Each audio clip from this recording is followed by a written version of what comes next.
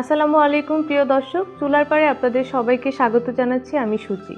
এই মুহূর্তে আমি আছি সোনাগাজী উপজেলার চরনারায়ণে। এই রমজান মাসে এখানকার চরের মানুষজন কি ইফতার করছে সেই রেসিপি আজকে আপনাদের মাঝে তুলে ধরব। আশা করছি চুলারপাড় অনুষ্ঠানের সাথেই থাকবেন।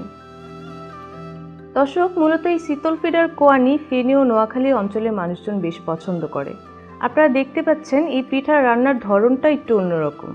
এখানে একটি বিশেষ জিনিস ব্যবহার করা হয়েছে, সেটা হলো রাব। খেজুরের রসকে অনেকক্ষণ জাল দেওয়ার পর বানানো হয় এই রাব। আরেকটা জিনিস আপনারা লক্ষ্য করবেন, এখানে প্রচুর পরিমাণে নারিকেলের ব্যবহার করা হয়েছে। আসলে ফেনী ও নোয়াখালী অঞ্চলে প্রচুর পরিমাণে নারকেল হয়ে থাকে, তাই এসব জায়গার মানুষেরা নারিকেল ব্যবহার করতে বেশ পছন্দ করে।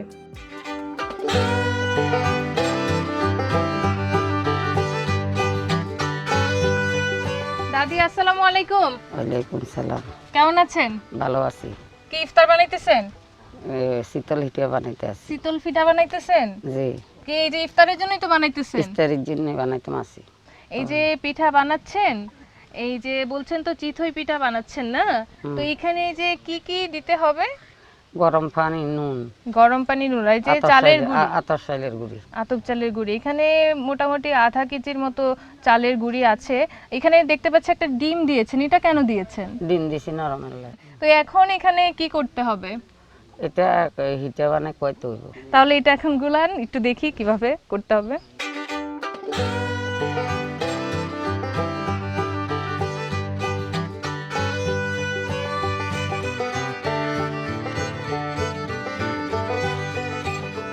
কতক্ষণ লাগবে হতে? কতক্ষণ লাগবে না, বেশিক্ষণ না। এই যে এখানে আমি দেখতে পাচ্ছি আপনি একটা রস রেখেছেন, এটা দিয়ে কি করবেন? এটা দিয়ে এটা কোয়াইব। এটা কিসের রস? খাজুর গাছের রস। খেজুরের রস। এটা কি গরম পানিতে দিবেন? জি। দাদি পিঠা তো মনে হয়ে গেছে না? পিঠা হয়ে গেছে। এখন কি নামাবেন? বাহ, অনেক সুন্দর হয়েছে, অনেক গোল, দেখতে মনে হয়েছে আসলেই অনেক নরম হয়েছে। এই যে আপনারা দেখতে পাচ্ছেন কত সুন্দর সাইজের একটা পিঠা হয়েছে। এই যে এখানে আবার এগুলো কেন হয়েছে? জালি ফুলি। আচ্ছা, এখন কি আরেকটা দিবেন? জি। আচ্ছা,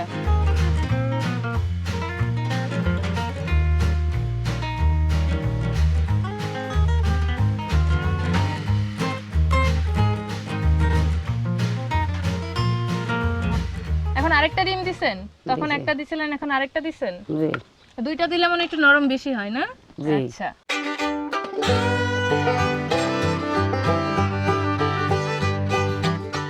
এই যে এই পিঠা হয়ে গেছে, এখন হচ্ছে দাদি নামাচ্ছে।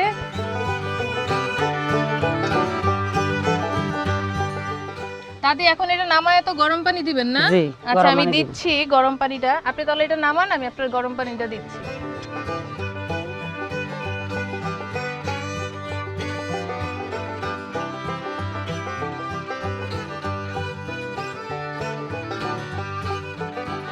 দাদি গরম পানি তো মনে ফুটছে না?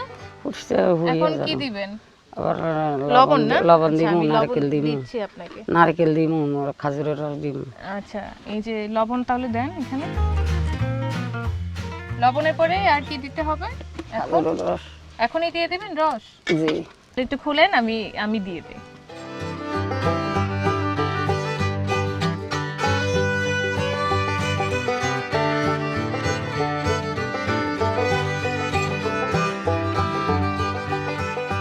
দাদি এই যে খেজুরের রস দিলেন, এখন কি দিতে হবে? নারকেল দিতে হবে। নারকেল? আচ্ছা, তাহলে আপনি নারকেল দেন, আমি ধরি, আপনি হচ্ছে দিয়ে দেন।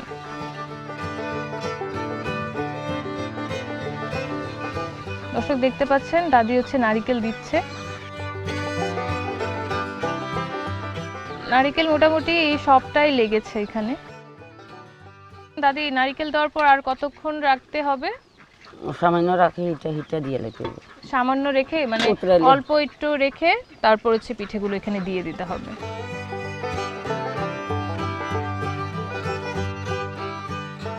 মানে এই যে নারকেলটা দেওয়ার পর মোটামুটি একটা জাল হলেই এই পিঠেগুলো দিয়ে দিতে হবে। দাদি এটা কি হইছে? আরো জাল হতে হবে? না, জাল একদম না। এখন পিঠে দিবেন না? আচ্ছা, ঠিক আছে, দেন তাহলে ঢাকনাটা নামান। দর্শক, এই যে এখন পিঠে দিতে হবে।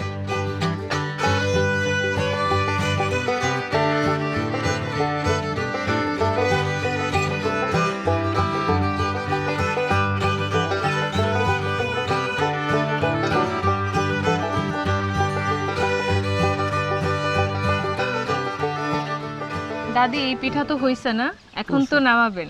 দেখি দর্শক আসলে এটা দেখতে কেমন হয়েছে, দেখতে যদি ভালো হয় খেতেও কিন্তু অনেক ভালো হবে। আমরা দিতাম না ফাতিলে হ্যাঁ হ্যাঁ, দিতাম। যে এখানে দেন। দাদি নামাচ্ছে, গন্ধ তো অনেক ভালো আসছে, মনে হয় এখন তো আর খেতে পারবো না। দেখতেও কিন্তু অনেক সুন্দর হয়েছে।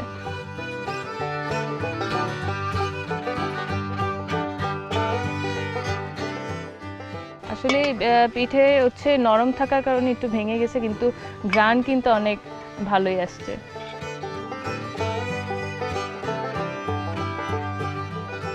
দর্শক দেখতে কিন্তু অনেক সুন্দর হয়েছে, মনে হচ্ছে খেতেও অনেক মজা হবে। দাদি আজকে কিন্তু আমি ইফতার করেই যাবো আপনার এখান থেকে। আপনারাও কিন্তু বাসায় ট্রাই করবেন এবং আমাদেরকে কমেন্টস করে জানাবেন যে আসলে আপনাদের কাছে কেমন লাগলো। এই পুরো রমজান মাস জুড়ে বিভিন্ন জায়গার ঐতিহ্যবাহী ইফতার নিয়ে অন্য কোনো দিন আপনাদের মাঝে হাজির হব, কিন্তু আজকের মতো এখানেই বিদায় নিচ্ছি। সবাই ভালো থাকবেন, সুস্থ থাকবেন, আল্লাহ হাফেজ।